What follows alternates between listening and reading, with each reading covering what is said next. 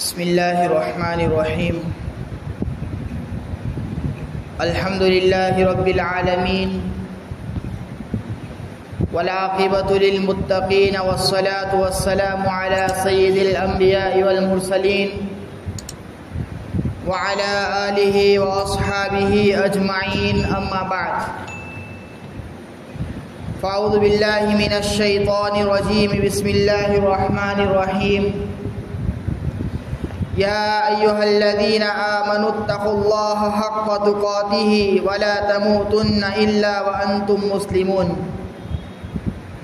وقال الله تبارك وتعالى: يا أيها الذين آمنوا اتقوا الله وقولوا قولا سديدا. صدق الله العظيم. وقال النبي صلى الله عليه وسلم: تنكح المرأة لأربع: لمالها ولحسبها ولجمالها ولدينها فاظفر بذات الدين تربت يداك، أو كما قال عليه الصلاة والسلام. اللهم صل على سيدنا ومولانا محمد وعلى آل سیدنا و مولانا محمد وبارک وسلم. قابل احترام میرے بھائیوں، دوستوں اور بزرگوں، اللہ جل شانہ نے اس دنیا کا جو نظام چلایا ہے وہ ایک مرد اور ایک عورت سے چلایا ہے. اولاً اللہ تعالیٰ نے مرد کو پیدا کیا، پھر عورت کو پیدا کیا، پھر مرد کو عورت کے لیے حلال کیا اور عورت کو مرد کے لیے حلال کیا. وہ نکاح کے ذریعے کیا.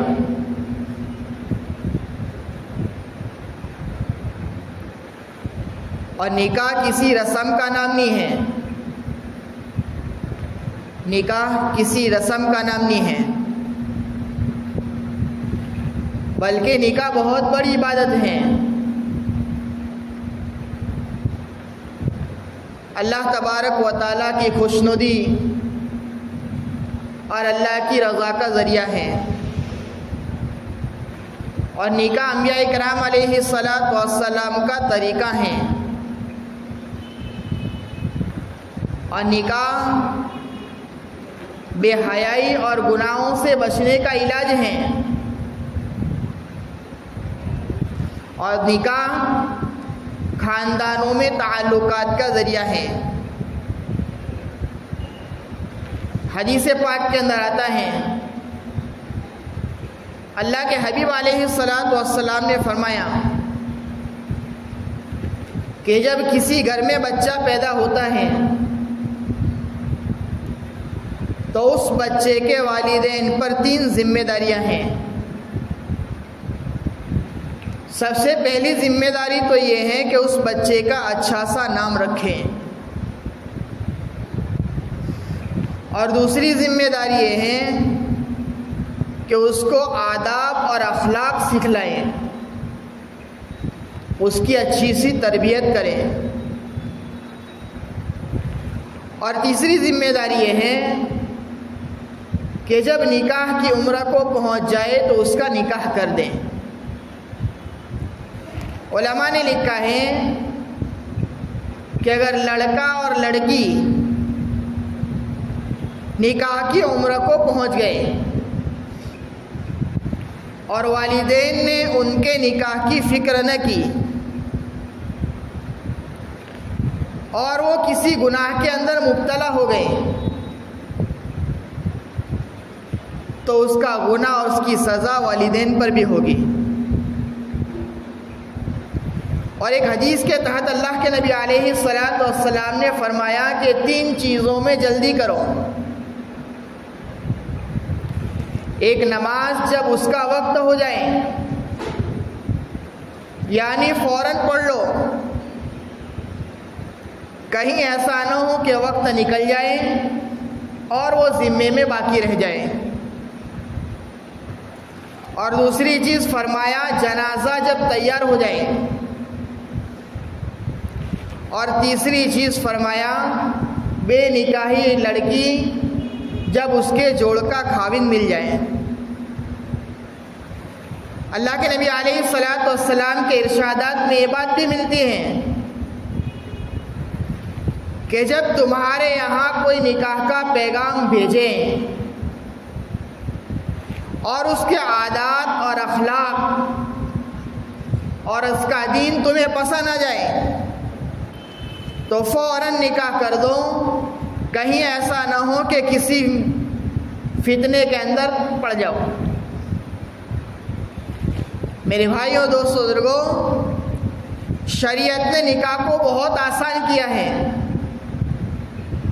شریعت مطہرہ نے نکاح کو بہت آسان کیا ہے، اتنا آسان کہ جب دونوں فریق نکاح کے لیے راضی ہو جائیں تو ایک ہی مجلس میں دو گواہوں کی موجودگی میں لڑکی کی طرف سے وکیل یہ کہہ دے کہ لڑکی نکاح کے لیے رضامند ہے، اور لڑکا یہ کہہ دے کہ مجھے بھی یہ نکاح قبول ہے، تو یہ نکاح ہو گیا۔ اب سوال یہ ہوتا ہے کہ نکاح کہاں، نکاح اس کی مجلس کہاں منعقد کی جائے؟ میرے بھائیوں، دوستو، بزرگوں، آج ہمارے معاشرے میں خرابی ہے کہ لڑکے والی لڑکی کے یہاں جا کر نکاح کی مجلس منعقد کرتے ہیں۔ یہ صحیح نہیں ہے۔ ہمارے نکاح مسجدوں میں ہوں۔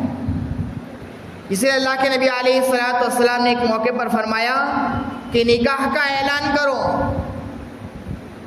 نکاح کا اعلان کرو اور نکاح کی مجلسیں مسجدوں میں منعقد کرو۔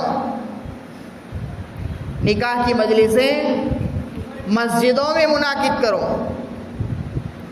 تو شریعت مطہرہ نے نکاح کو بہت آسان قرار دیا ہے۔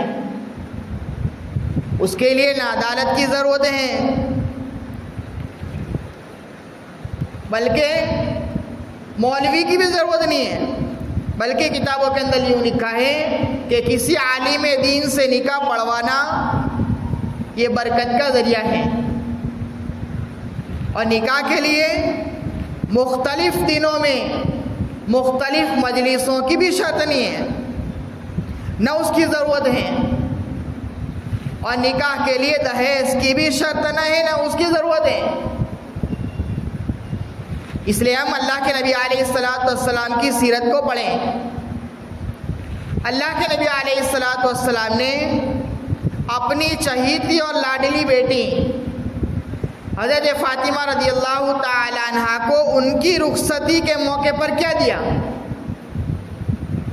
حضرت علی رضی اللہ تعالی عنہ کی روایت ہے، حضرت علی فرماتے ہیں کہ اللہ کے حبیب علیہ الصلوۃ والسلام نے اپنی چہیتی اور لاڈلی بیٹی حضرت فاطمہ رضی اللہ تعالی عنہا کو ان کی رخصتی کے موقع پر جو دیا وہ 3 چیزیں تھیں: چادر، تکیہ اور مشکیزہ۔ یہ 3 چیزیں اللہ کے نبی علیہ الصلوۃ والسلام نے اپنی بیٹی کو ان کی رخصتی کے موقع پر دی۔ اور حضرت علی رضی اللہ تعالیٰ عنہ کے پاس فاطمہ کو مہر دینے کے لیے کچھ نہیں ہے۔ اللہ کے نبی علیہ الصلوۃ والسلام سے حضرت علی نے عرض کیا کہ اللہ کے نبی علیہ الصلوۃ والسلام میرے پاس فاطمہ کو مہر دینے کے لیے کچھ نہیں ہے۔ تو پوچھا اللہ کے نبی علیہ الصلوۃ والسلام نے کہ علی تمہارے پاس کیا ہے؟ کہا میرے پاس 2 چیزیں ہیں، ایک گھوڑا ہے اور ایک زیرہ ہے۔ تو اللہ کے نبی علیہ الصلوۃ والسلام نے فرمایا کہ گھوڑا رہنے دو اور زیرہ بیچ دو۔ بولی لگائی گئی کہ اس زیرہ کو کون کتنے درہم میں خریدے گا؟ حضرت عثمان غنی رضی اللہ تعالیٰ عنہ نے 480 درہم کے اندر وہ زیرہ خریدی، اور خرید و فروخت کے بعد حضرت عثمان غنی رضی اللہ تعالیٰ عنہ نے وہ زیرہ دوبارہ حضرت علی کو ہدیہ کر دی۔ تو شریعت مطہرہ نے نکاح کو بہت آسان کیا ہے۔ میرے بھائیوں دوستو بزرگوں، انتخاب کیسا ہو کہ جب ہم اپنے لڑکے کے لیے کسی لڑکی کو تلاش کریں تو دیندار لڑکی کو تلاش کریں، اور جب لڑکی کے لیے لڑکے کو تلاش کریں تو دیندار لڑکے کو تلاش کریں۔ اس لیے کہ اللہ کے حبیب علیہ الصلوۃ والسلام نے حدیث مبارکہ کے اندر فرمایا تنکح المرأة لأربعین لمالها ولحسبها ولجمالها ولدینها فاظفر بذات الدین تربت یدا، کہ عورت سے نکاح کیا جاتا ہے 4 چیزوں کی بنیاد پر۔ ایک اس کی مال کی بنیاد پر، ایک اس کے حسب نسب کی بنیاد پر، ایک اس کی خوبصورتی کی بنیاد پر، اور چوتھی چیز فرمایا دین کی بنیاد پر۔ یہودی عموماً نکاح کرتے ہیں مال کی بنیاد پر، اور عیسائی عموماً نکاح کرتے ہیں خوبصورتی کی بنیاد پر۔ اللہ کے نبی علیہ الصلوۃ والسلام نے امت کو تعلیم دی اس بات کی فاظفر بذات الدین، کہ دین کو بنیاد بنا کر نکاح کرنا ہے۔ اس لیے ہم صحابہ کی سیرت کو پڑھیں۔ صحابہ نے نکاح کی جو بنیاد رکھی ہے وہ دین کو رکھا ہے۔ صحابہ نے نکاح کے لیے جس چیز کو بنیاد بنایا ہے وہ دین کو بنیاد بنایا ہے۔ چنانچہ مشہور واقعہ ہے، حضرت عمر رضی اللہ تعالیٰ عنہ اپنے دور خلافت کے اندر رات میں گشت کرتے تھے۔ ایک مرتبہ گشت کر رہے تھے رات میں، ایک مکان سے کڑیا کی آواز آئی جو اپنی بیٹی سے کہہ رہے تھے کہ بیٹی دودھ میں پانی ملا دو۔ تو بیٹی نے کہا کہ امی جان، امیر المومنین نے دودھ میں پانی ملا کر بیچنے کو منع فرمایا ہے۔ تو گڑیا نے کہا کہ نہ اس وقت امیر المومنین ہے نہ اس کا منادی ہے۔ تو لڑکی نے کہا کہ ہمارے لیے ہرگز یہ بات مناسب نہیں ہے کہ ہم ظاہر میں تو اطاعت کریں اور باطن میں مخالفت کریں۔ حضرت عمر رضی اللہ تعالیٰ عنہ کو اس لڑکی کی یہ بات اتنی پسند آئی کہ اپنے غلام سے یوں کہا کہ اس مکان پر نشان لگا دو، اور صبح کے اندر اپنے بیٹے کے لیے نکاح کا پیغام بھیجا، اور یوں کہا کہ اس نکاح میں بے حد برکت ہوگی۔ چنانچہ عمر بن عبدالعزیز رحمۃ اللہ علیہ جیسے عادل حاکم اور متقی پرہیزگار حاکم اس بیٹی کی نسل سے پیدا ہوئے ہیں۔ اس لیے نکاح کے لیے بنیاد دین کو بنانا ہے۔ عرب کا ایک مشہور شاعر گزرا ہے، ابو اسعد دؤلی، عرب کا شاعر تھا۔ اس نے ایک مرتبہ اپنے بچوں سے کہا کہ میں نے تم پر تمہاری پیدائش سے پہلے بھی احسان کیا ہے اور تمہاری پیدائش کے بعد بھی احسان کیا ہے۔ تو بچوں نے کہا کہ پیدائش کے بعد تو احسان سمجھ میں آتا ہے کہ ہر باپ اپنے اولاد پر احسان کرتا ہے، لیکن پیدائش سے پہلے کون سا احسان کیا ہے؟ تو ابو اسد دؤلی نے کہا کہ جب میں نے اپنے نکاح کے لیے لڑکی کو تلاش کرنا شروع کیا، اب میں ایک شاعر، اب میرے دل میں یہ بات آئی کہ میں کسی خوبصورت لڑکی سے نکاح کروں۔ میری طبیعت یہ چاہتی تھی، لیکن پھر میرے دل کے اندر یہ بات بھی آئی کہ میں اپنی خواہشات کو مقدم نہ رکھوں، بلکہ میں ایسی لڑکی تلاش کروں جسے آئندہ چل کر بچوں کی ماں بھی بننا ہے۔ اس لیے کہ آدمی جس لڑکی سے نکاح کرتا ہے وہ خالص اس کی بیوی نہیں بنتی، بلکہ آئندہ چل کر بچوں کی ماں بھی بنتی ہے۔ تو میں نے جب اپنے نکاح کے لیے لڑکی کو تلاش کرنا شروع کیا تو اچھی بیوی کے حوالے سے تلاش کرنا شروع نہیں کیا، بلکہ اچھی ماں کے حوالے سے تلاش کرنا شروع کیا۔ اور یہ میرا احسان تمہاری پیدائش سے پہلے کا ہے۔ اس لیے میرے بھائیو دوستو بزرگوں، یہ چند باتیں آپ حضرات کے سامنے اس لیے رکھی کہ اس وقت ویکیشن کا موقع ہے، اور عموماً ویکیشن کے اندر ہمارے ہاں پر شادی بیاہ کا رواج ہوتا ہے۔ اکثر گھرانوں کے اندر شادی بیاہ جو رچے جاتے ہیں وہ ویکیشن اور چھٹی کے موقع پر رکھے جاتے ہیں۔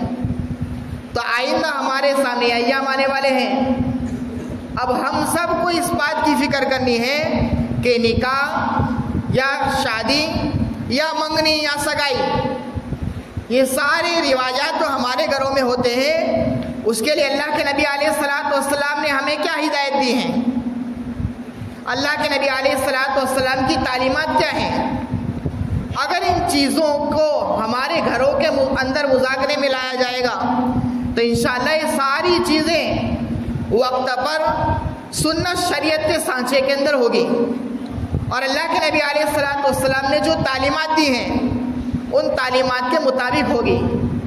اگر ہمارے گھروں کے اندر اس کے تعلق سے کیا سنتیں ہیں، کیا بدعتیں ہیں، کیا کرنا ہے کیا نہیں کرنا، اگر مذاکرے نہ ہوئے تو ہم دیکھا دیکھی ان چیزوں کو کریں گے۔ دیکھا دیکھی، فلاں آدمی نے اپنی بچی کے نکاح پر یہ کیا ہے، میں بھی اپنی بچی کے نکاح پر یہ کروں گا۔ فلاں آدمی نے فلاں مکان کے اندر اپنے بچے کے لیے رسم رچی ہے تو میں بھی یہ رسم رچوں گا، کہ دیکھا دیکھی ساری چیزیں رواجی طور پر ہونے لگے گی۔ اس لیے ہم سب کو اس بات کی فکر کرنی ہے کہ آنے والے دنوں میں جہاں کہیں ہمارے گھروں کے اندر کسی کا نکاح ہے، شادی بیاہ کا موقع ہے، یا محلے کے اندر رشتہ داروں کے اندر ہے، تو اللہ کے نبی علیہ الصلوۃ والسلام نے جو تعلیمات دی ہیں اور جو آداب سکھلائے ہیں ان ساری چیزوں کو ملحوظ رکھنا ہے اور اس کے مطابق عمل کرنا ہے۔ اللہ تعالیٰ کہنے سننے سے زیادہ ان کی توفیق عطا فرمائے۔